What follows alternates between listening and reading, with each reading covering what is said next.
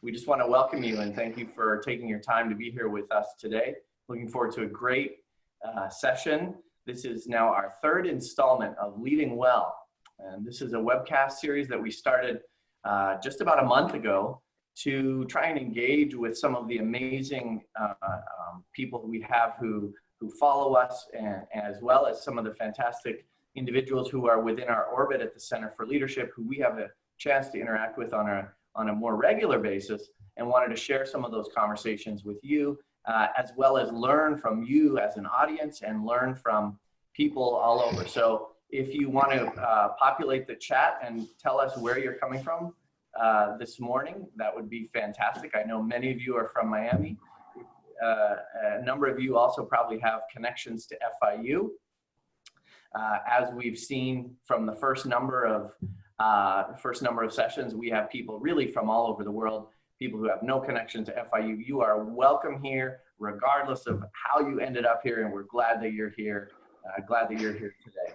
So thank you again for your time. So we were chatting just as we were prepping for the call here this morning, just in the last few minutes, and I asked both of our guests here, who I'll introduce in a second, Joe Caruncho and Lynn Gross, who was watching on their end, if they had family and friends or coworkers and colleagues watching. So let me throw it over to you, and we'll do a more formal introduction here in a minute. So Lynn, tell us who's watching from your team.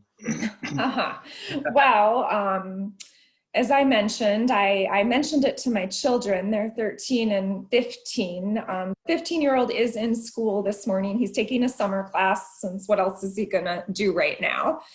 The 13-year-old had some free time, but no interest whatsoever in watching this broadcast. And then Nathan asked, what about my parents? He mentioned his parents, and I was like, oh, yeah, if I invited my parents, I'd probably be getting text messages the whole time asking about technology issues to help them watch me. So it would end up being counterproductive for me. So, so that's, I may not have that person viewership today.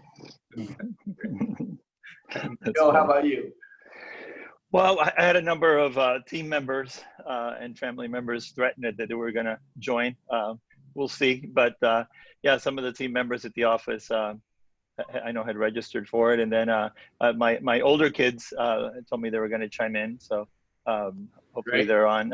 My young daughter, who's 8, chose tennis camp, overseeing her dad. And I mentioned earlier, my 5-year-old boy was kind of listening in on the conversation and asked me what it was. I tried to explain, and he said, "That's weird," and walked away. So I'm guessing he's not joining. That's great.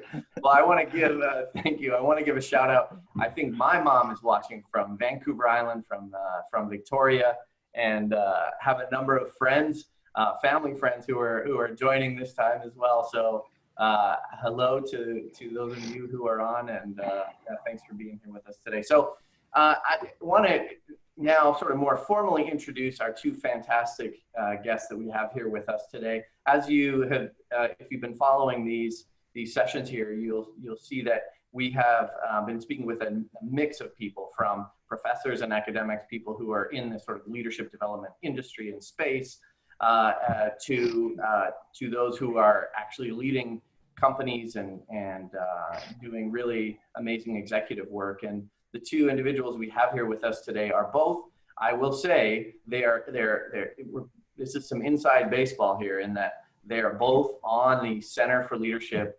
Advisory Board, which is a fantastic group. And so we've asked them to join us here.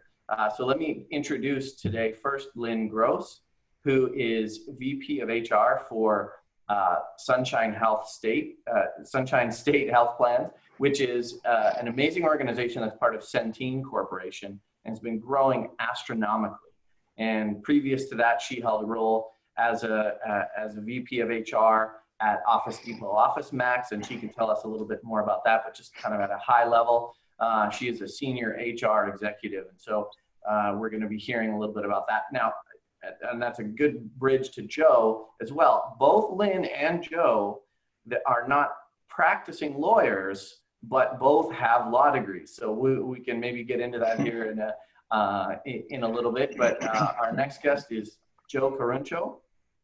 He is the CEO of Genuine Health and the former CEO of a company, for those of you who are in the South Florida area, you may see Preferred Care Partners. He's the founder of that before he now started this venture. He is an FIU medallion winner, an FIU alum, and was also notably on the board of governors of the state university system, so for the state of Florida. So the board that oversees all of the universities within the state of Florida. So has an interesting insider and outsider perspective about FIU and education as well. So thank you both for being here today. Happy to be here. We got some great questions from some folks who submitted questions as they were registering. And if you have questions that come up, please populate the chat with those. We'll get to some of them. Obviously we can't get to many of them, but I want to start off with, let's dig right into it. A question that we got from Uriel Estrada, and he asked about what were some of the most impactful experiences that made a lasting impression on you in terms of your leadership in your career? Sure, I can jump in. Sure. And I think it's sort of, it'll also maybe talk a little bit about my career path and answering it. I think some of my most impactful experiences were actually quite young and in the type of education that I got growing up. I'm from Lansing, Michigan, and I went to inner city public high school. And so, you know, through that experience, I was exposed to a lot of different things, you know, being in a very diverse environment, both in terms of, you know, minority status, but also definitely socioeconomic status. And it kind of very much formed my worldview. I went on to Michigan State and studied social relations, which is a lot, race relations, gender relations, all of that kind of stuff. Wasn't even totally sure I wanted to be a lawyer, but I decided to go on to law school after that. Interestingly, almost every school I looked at was going to do a dual degree in public policy as well. The school I ended up going to, Case Western, didn't have that. So I really focused on law, but thought, okay, I'm going to be a civil rights lawyer, public interest lawyer, something like that. Still very much, you know, rooted in this foundation that I had. I did work for the Ohio Civil Rights Commission, and I interned there for a while in law school. And then when I, in my first year of practice, I did do plaintiff side employment law, which was very much focused on pursuing individual discrimination claims against large employers. You know, it's interesting, then my career took a turn. I realized that type of practice really wasn't quite for me, and that I probably had a ability to have a greater influence on society by actually working for the other side, working on the defense side, which sounds counterintuitive. But as an employment lawyer, it's kind of unique in the law field where it's very common for people to be both litigators and counselors at the same time. A lot of areas, you're either a litigator or you're a corporate lawyer. And employment law is sort of half and half, where you get to spend a lot of time counseling employers, as well as then defending them. And it was that counseling aspect where I realized I could make impact on huge swaths of people. I could help employers. Most people want to do the right thing. They don't always know when they're running afoul. And most employers actually don't want to just comply with the law. They want to go above and beyond. And so I found myself in a position where I could influence multiple employers to do the right thing. And ultimately, I ended up going in-house at Office Depot as an in-house employment lawyer and really had the opportunity to impact policies and processes and put safeguards in place that literally impacted tens of thousands of employees. And then kind of jumped into the HR world. It was a chance for me to take on more of a direct leadership role versus a heavily influential role. And again, still, and sometimes I say, am I just like rationalizing all my career choices, kind of, you know, ending up in big corporate America? I never ever saw myself as the kind of person person who was going to be in big corporate America, but here I am at my second company now, even bigger. It's a Fortune 50 company. Many people might not have heard of Centene, but it's mammoth. And again, I still feel like that ability to influence and help this very, very large employer who impacts tens of thousands of employees do the right thing is really important to me.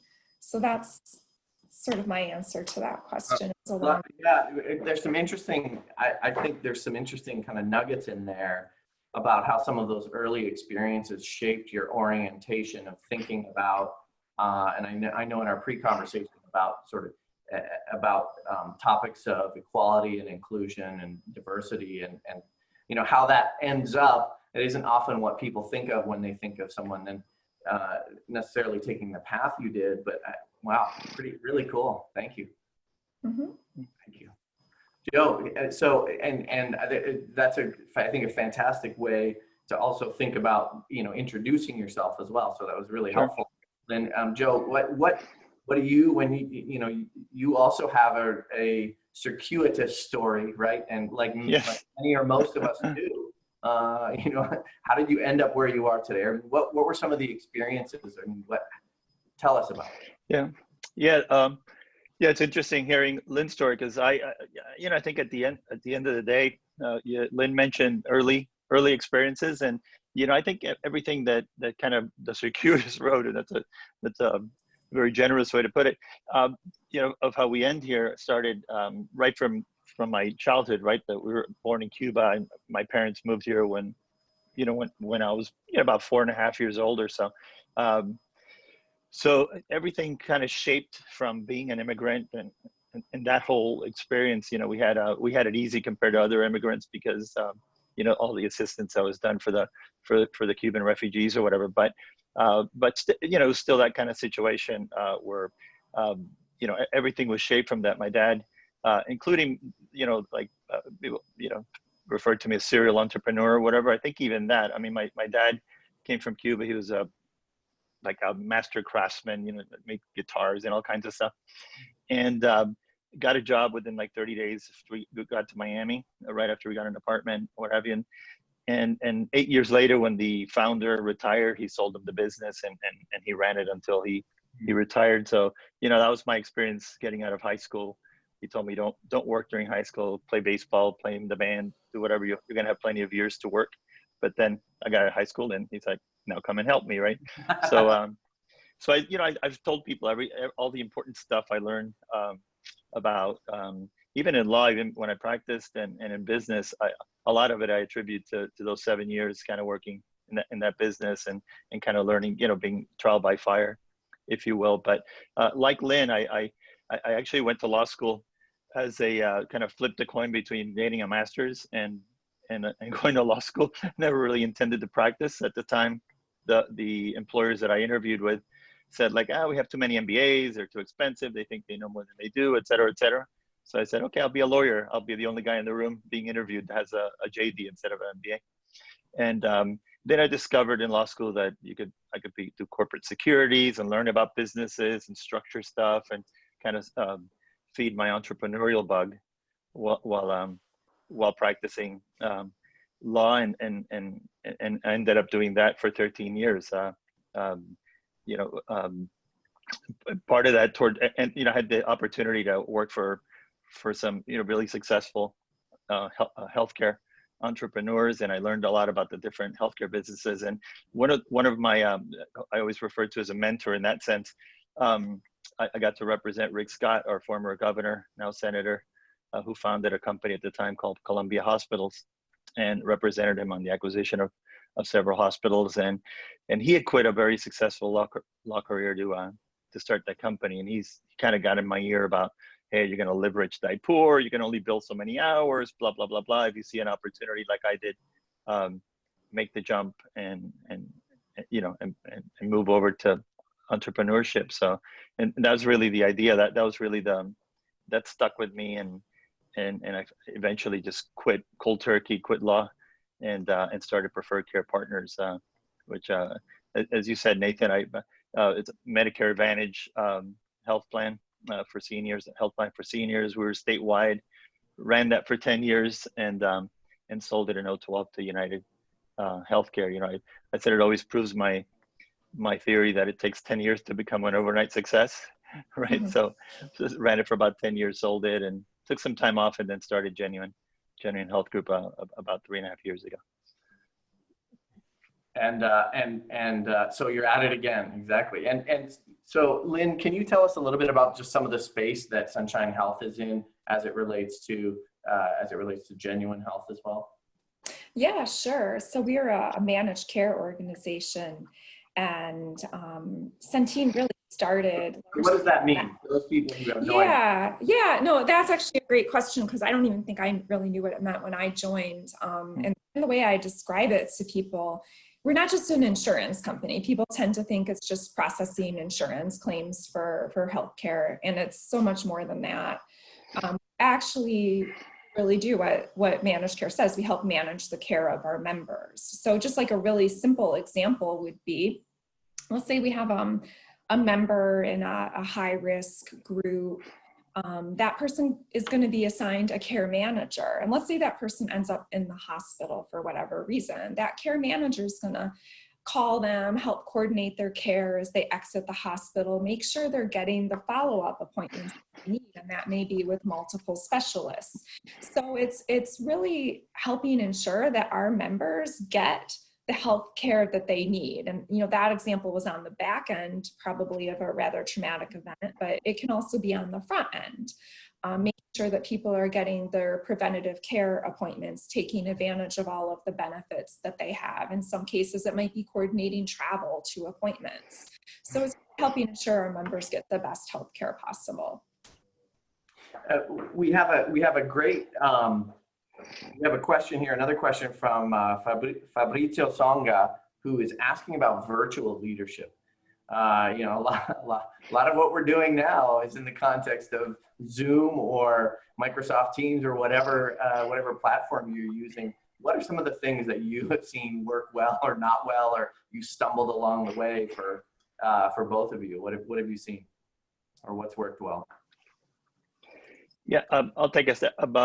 Yeah, this has been talk about an accelerated learning curve, at least for those kind of my age, right? It seems like our kids are know how to do this stuff from the crib, but you know, we always had you know, it's kind of, we're a managed care organization as well, so we have you know, remote in the sense that a lot of our folks, nurses that visit patients or reps that visit physicians are out on the, you know, out on the road and not in the office, but not this type of, not kind of virtual. And it's been amazing how quickly, whether it was homeschooling for my kids or running the company, how quickly we found out that you can do almost everything that we do, at least our company, virtually, with a lot of efficiency, because we track, and you know, we can track what the progress is being made on things. And you know, really, like I said, we're amazed. I've been amazed how many things we can do in shorts from home, right? And it's been a real learning experience. We're literally struggling right now.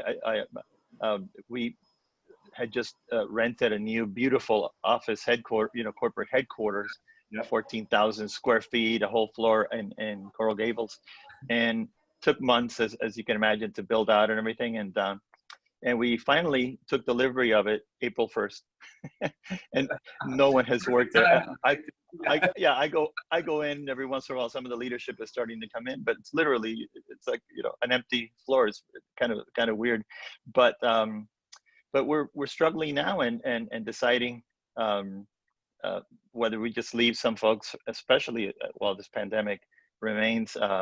It's like, really, do we lose anything by leaving some certain people remote, at least for the time being? I'm still, I guess, old-fashioned. I think at some point we're not a remote organization, and that there is, in the long term, you lose some of the benefits of collaboration and kind of face-to-face, the ability to kind of walk across the hall into someone's office and say, hey, what do you think about this? You know, which doesn't happen as you know, spontaneously if you have to schedule a Zoom call. Exactly. And I wonder, I mean, so some the way some people are talking about this, I mean, the sort of initial realization is, wow, we can do a lot of stuff. This works actually really well. I wonder what we'll be saying if we're still doing this in 3 or 4 months, or when you have to onboard people, at what point when you have, and it's fine, the first few people maybe you onboard, but how much does that decay culture over time when you've been colleagues with someone for 8 months or a year and you've never met them?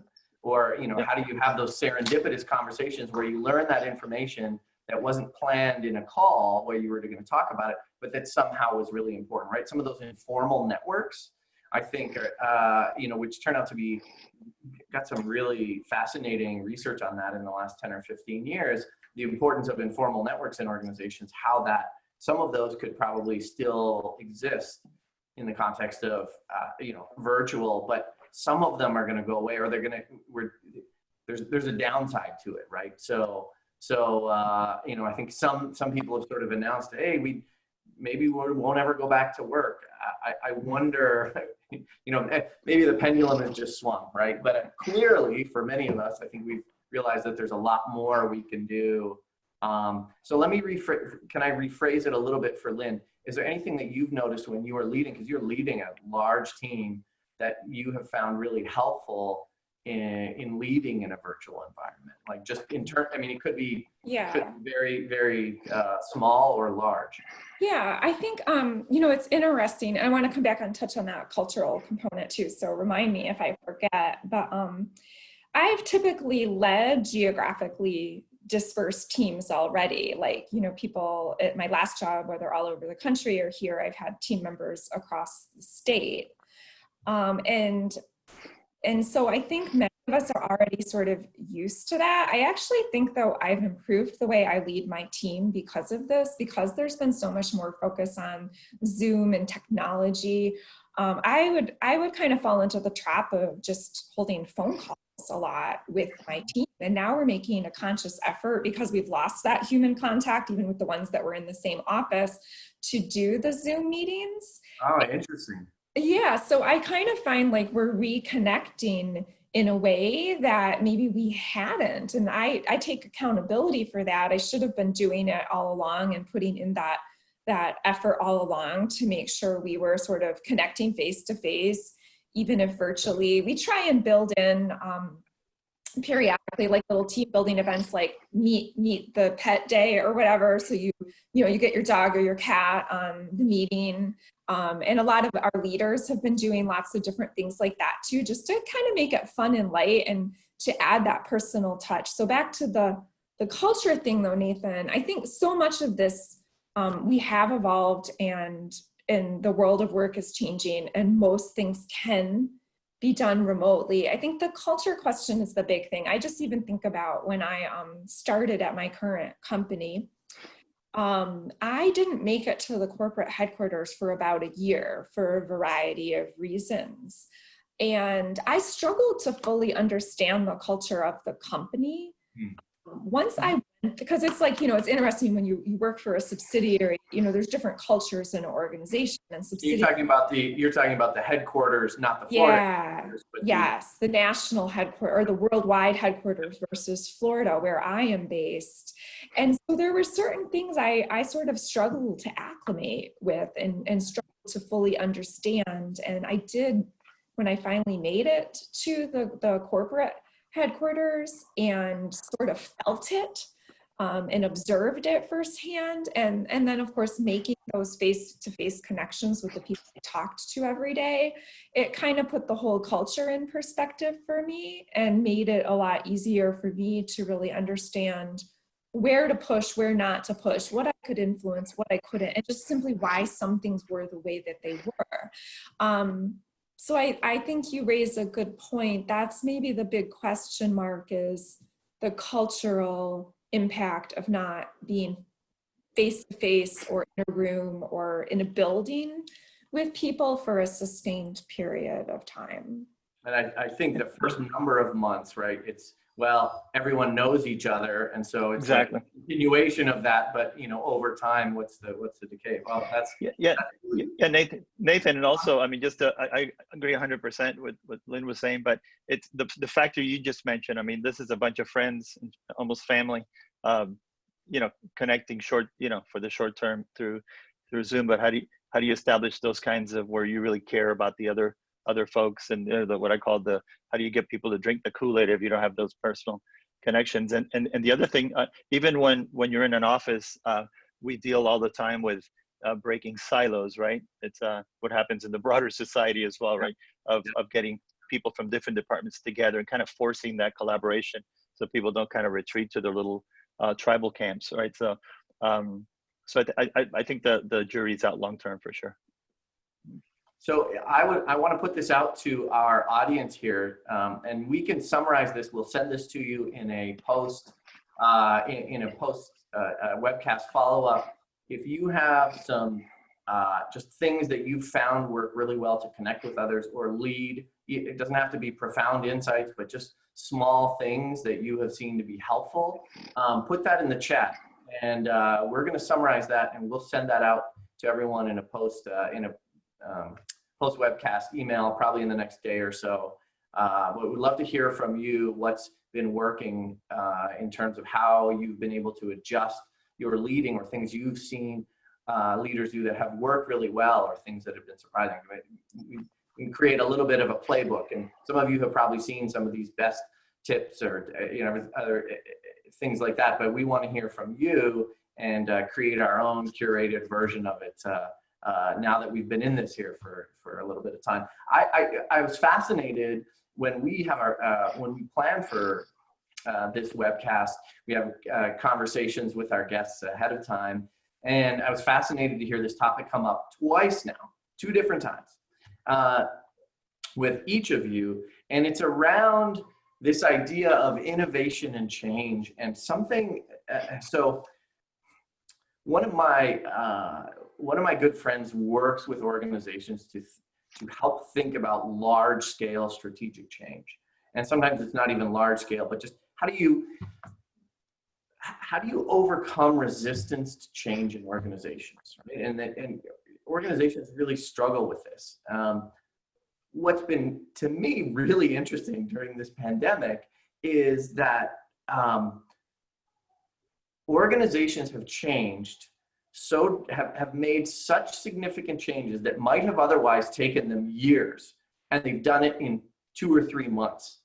How can we, and so Lynn and I were talking, how can we replicate this in organizations? I mean, because you can't just constantly be changing all the time. But in this scenario, some of that resistance to change, as everyone realized, oh my gosh, we're fighting for the survival of our company, everything is changing, we have to adapt quickly. People are capable of a lot more change and innovation than sometimes we give credit for. What do you think about that? Yeah, Nathan, sorry, Joe. I've, since I raised that with you, I've pondered it a lot, and I still don't have an answer for how to replicate it.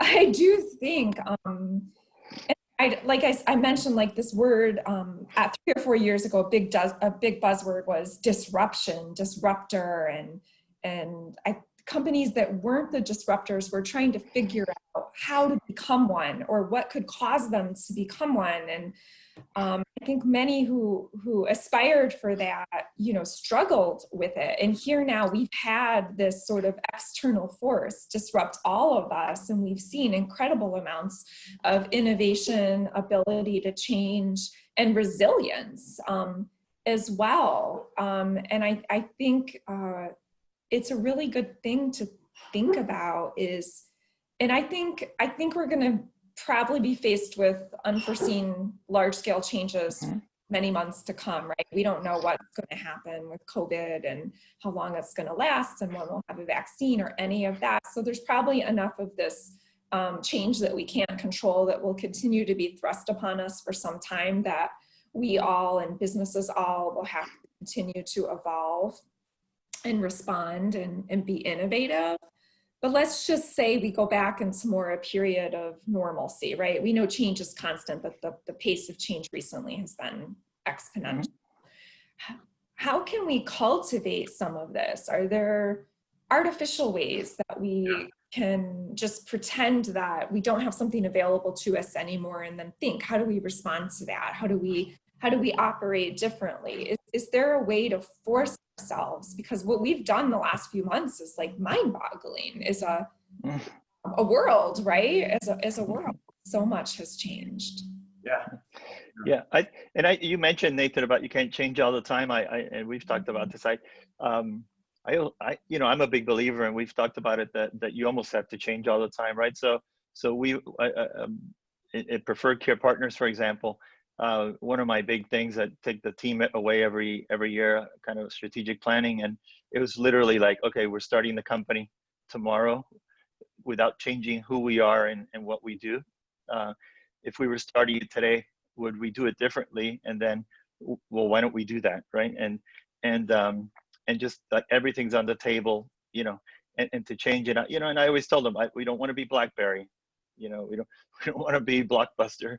We want to be the iPhone. We want to be whatever comes next, because every company that reached its peak and then declined thought they had time, to not change, right? They thought they had the margin to not change. So I think the benefit of having gone through, if there's such a thing, this pandemic, to Lynn's point, is that now we have a historical reference to it, right?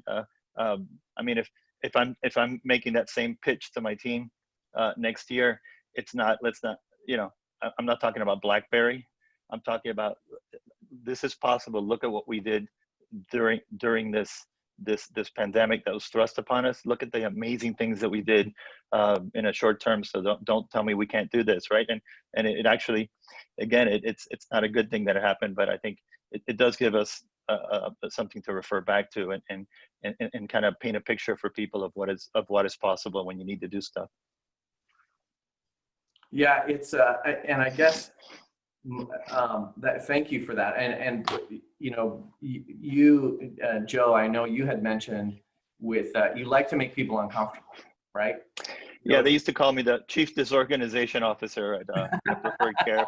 If I saw something working smoothly, I'd just go in and, like, it's like when you tear down the little blocks that the kids are building. I just like, okay, this is going too smooth. Everybody's in their comfort zone, and that makes me uncomfortable. I think we could deal with a lot of that in society in general. By the way, a lot of the problems we have is because people stay in their comfort zone. But yeah, I love this concept of breaking things when they look too. So you're the smooth. CEO and the CDO, right? So yeah, Chief, and I guess Chief. and so I'm guessing that you look for that when you hire people, right? So you're looking for people who are uncomfortable or love or are comfortable with the idea of change. And I wonder, I mean, just in general, so I'm not talking about necessarily about either of you, but yeah, I think, there is so much, this is great. We have Zoom, we have, equivalent kinds of technologies where we can connect with people. It also raises the burden because you are on camera, and oftentimes it's being recorded. And so you're on camera all day. And yes, there's all these pieces of information of scary change, of needed change that's occurring, in the context of Black Lives Matter movement and things related to that. And how do we not, I think if I can, I'll say this for me, I think, at what point do you become so overloaded with information and ideas, and how do you shut it all out is one thing. And then how do you do that for your team? Because I think people are, and we got this as one of the questions, I know we talked about this as well, people are looking to you both, especially people on your team, because we naturally look to people who are in leadership positions during a crisis. And so, boy, how do you do it? And doesn't that sort of increase the burden of leadership, because you have to recognize that you are responsible in some ways for making sure people are in the right psychological space, and if you're freaking out, they might be freaking out too. Yeah. I I've always told people that, when we talk about friends of mine that have fear of flying, and I always tell them, I'm not afraid of flying unless I see the pilots and the flight attendants freaking out. Then I'll have then I'll have a meltdown, right? And I think it's when you have turbulence and all that stuff, and you hear the pilot come, hey folks, blah blah blah blah, your nerves calm down. So I tend to be a very kind of hands-off style of leadership. I'm not kind of in your face. I'm more of a, let me know if I can, here's the vision where I want to go, and what resources do you need? Let me know if you need me kind of person. But I've found myself during this crisis being a lot more visible, especially since we're not in the office. Emails to the staff, updates, sitting in on a lot of the calls that I generally would not sit in on, just so they can see kind of the calm demeanor, and like, hey, if Joe didn't seem to be freaking out, so everything's going to be okay. The other thing that we did was we kept 100% of our staff on. I mean, no layoffs and whatever.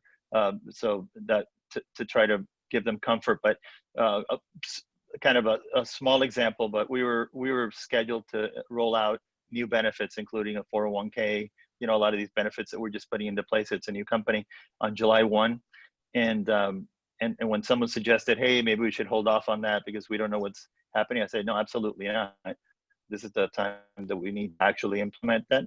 And I got several comments like, wow, this is, we're gonna be okay, because you wouldn't do this if you weren't sure we're gonna be okay. So I think it's those kind of sometimes tangible, sometimes intangible. That's the time that you need leadership, whether it's in public or government or whatever, or an organization. Yeah, and I think I like to remind myself of an experience I had my very first day as a leader. I think I was an informal leader before, but my very first day taking on a team, to keep putting in perspective that people are watching you when you're a leader, and you do have to set that example. So that story was when I first became the Vice President of Human Resources at Office Depot, we were in the middle of the integration with Office Max. And in fact, the department I took over had literally the week before announced who in the department was staying and was going. So I sort of came into this role right after all those selection decisions were made, as we were merging these two large organizations together. And I hosted a team call, and I knew all the legacy Office Depot people. They were my customers, my clients. I was their employment lawyer. The Office Max people didn't know me from a hole in the wall, and they were probably like, who is this woman with no HR leadership experience taking over the department? But I didn't have that frame of mind. I was just kind of like, and I'm kind of like, I kind of tend, when I first meet people, to give everyone the benefit of the doubt and assume they're awesome. I was kind of thinking people would think that about me. So I host this team call, and we're just talking through a few issues. And on the call, someone, and interestingly enough, the comment was made by someone who was actually impacted by this selection decision. They just made a joke about, we had assumed some stores in the Caribbean, and the person just made a joke like, oh, we'll have our next team meeting there. And this is said by a person to be impacted. And so it kind of floated over my head. I didn't do anything on the call. And later I found out the comment was attributed back to me. And for those that realized I wasn't the one that made it, they still held me accountable for it because they felt that it was insensitive and I should have corrected it. And so that was a huge leadership lesson for me. My taking over this large team is, people are always watching you, and everything that you say and you do and you model will be scrutinized, whether it's fair or unfair, and you have to stay mindful of that. So fast forward to now, and sort of all these issues going on between COVID and the social issues and everything going on today, I think, we do have to portray, calm and leadership, be visible to our teams. I think it's also just super important to model with authenticity and appropriate levels of personal disclosure. Like, I don't think you can be scared to talk to your teams about while still portraying the calm and leadership. I know I've said this with a few of my team members. We all have stuff going on that no one else even knows about, right? Everyone's got their stuff that makes this all the more complicated. And everyone thinks it's just them, but it's not. Everyone has their stuff. And I think it's important to have that authenticity and self-disclosure with your teams if you're comfortable with it. It helps them realize we're all human and we all have to try and get through this together. I have a few more. So we've got about 5 minutes left in today's webcast. And again, thank you for being here with us. For those of you who may have joined late, we have the fantastic Lynn Gross and Joe Caruncho. I want to ask Lynn you a specific question related to HR, and sort of this is a moment in which HR for many organizations is extra vital, right? How have you seen that just play out among your colleagues and people you see who are in other organizations in the HR space?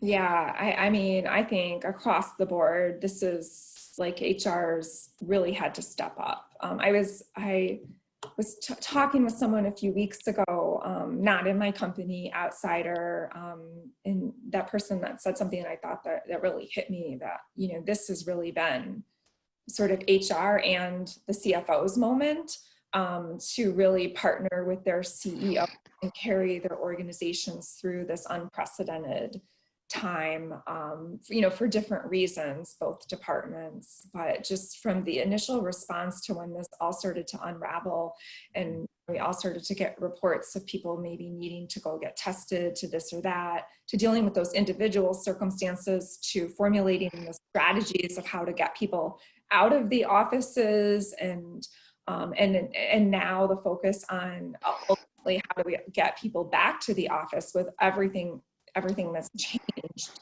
and a lot of unforeseen things to come in the future, and doing it all out of utmost caution, respect, concern for employees. Again, going back to that, most employers want to not just do the bare minimum, they want to do the right thing.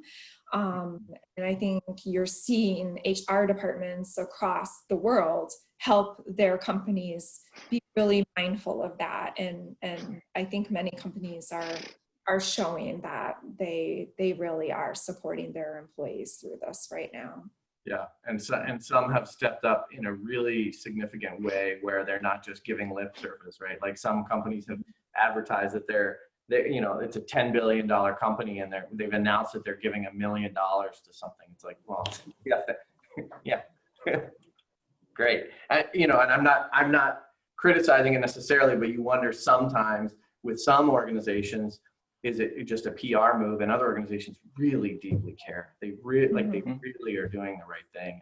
What a great model to hear from both of you around, how do you do the right thing? And so, Joe, my question for you is, what can you tell us about, and so this is a bit of a mashup of a question that Augusta sent in earlier on, and one I wanted to ask it. Have you ever had a moment or the time when you had a period of self-doubt, and how did you overcome that? Wow. Yeah, anytime. A little deep. I mean,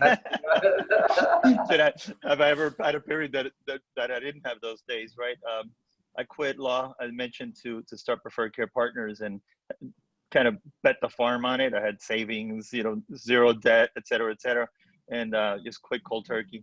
And I was almost 2.5 years without any income, right? And I had long since gone through my savings and credit cards and everything else. So there was a lot of self-doubt there during that what I call the blue period, right? Of like, what the heck am I doing? Am I going to get this done? But again, to the point we were saying about the pandemic, when you burn the bridge, and sink the ships, there's only you can only go forward, right? So that was a big lesson for me, to kind of stick with what I'm doing and just accept the self-doubt. Everything in life comes with a little bit of fear and doubt. If you don't feel fear and doubt, you're not pushing yourself out of your comfort zone. You're not jumping off enough cliffs.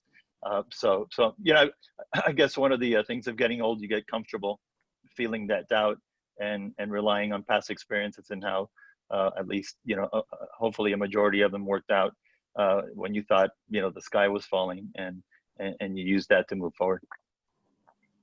That's great. That's great. Well, I want to thank both of you for being here with us today. I want to encourage, for those of you, thank you for being an amazing audience and participant group here today. Thank you for populating the chats and for continuing to be engaged with us. We appreciate it. For those of you who are not connected with us yet on social media, we're going to put up a quick slide here to reference our social media. We love connecting with you in all kinds of ways that we can. You can follow us on Instagram, FIU Lead, on Twitter at FIU Lead, and we are all over LinkedIn as well. And you can look for us there by typing in FIU Lead, and you'll see us there. So we really appreciate, Joe and Lynn, your insights, your willingness to share with us. I think it says a lot about you as people to in the midst of all that you're doing, and as leaders to help share. And we really also appreciate your commitment and your involvement and your engagement with the center over the years. You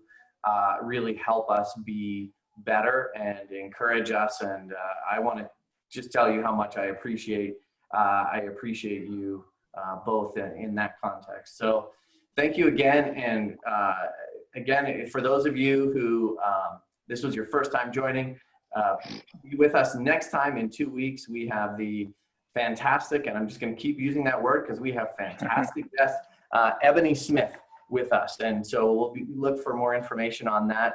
But again, Lynn and Joe, thanks for being with us here today. And thank you all for Thank you, Nathan. Thank you. Bye-bye.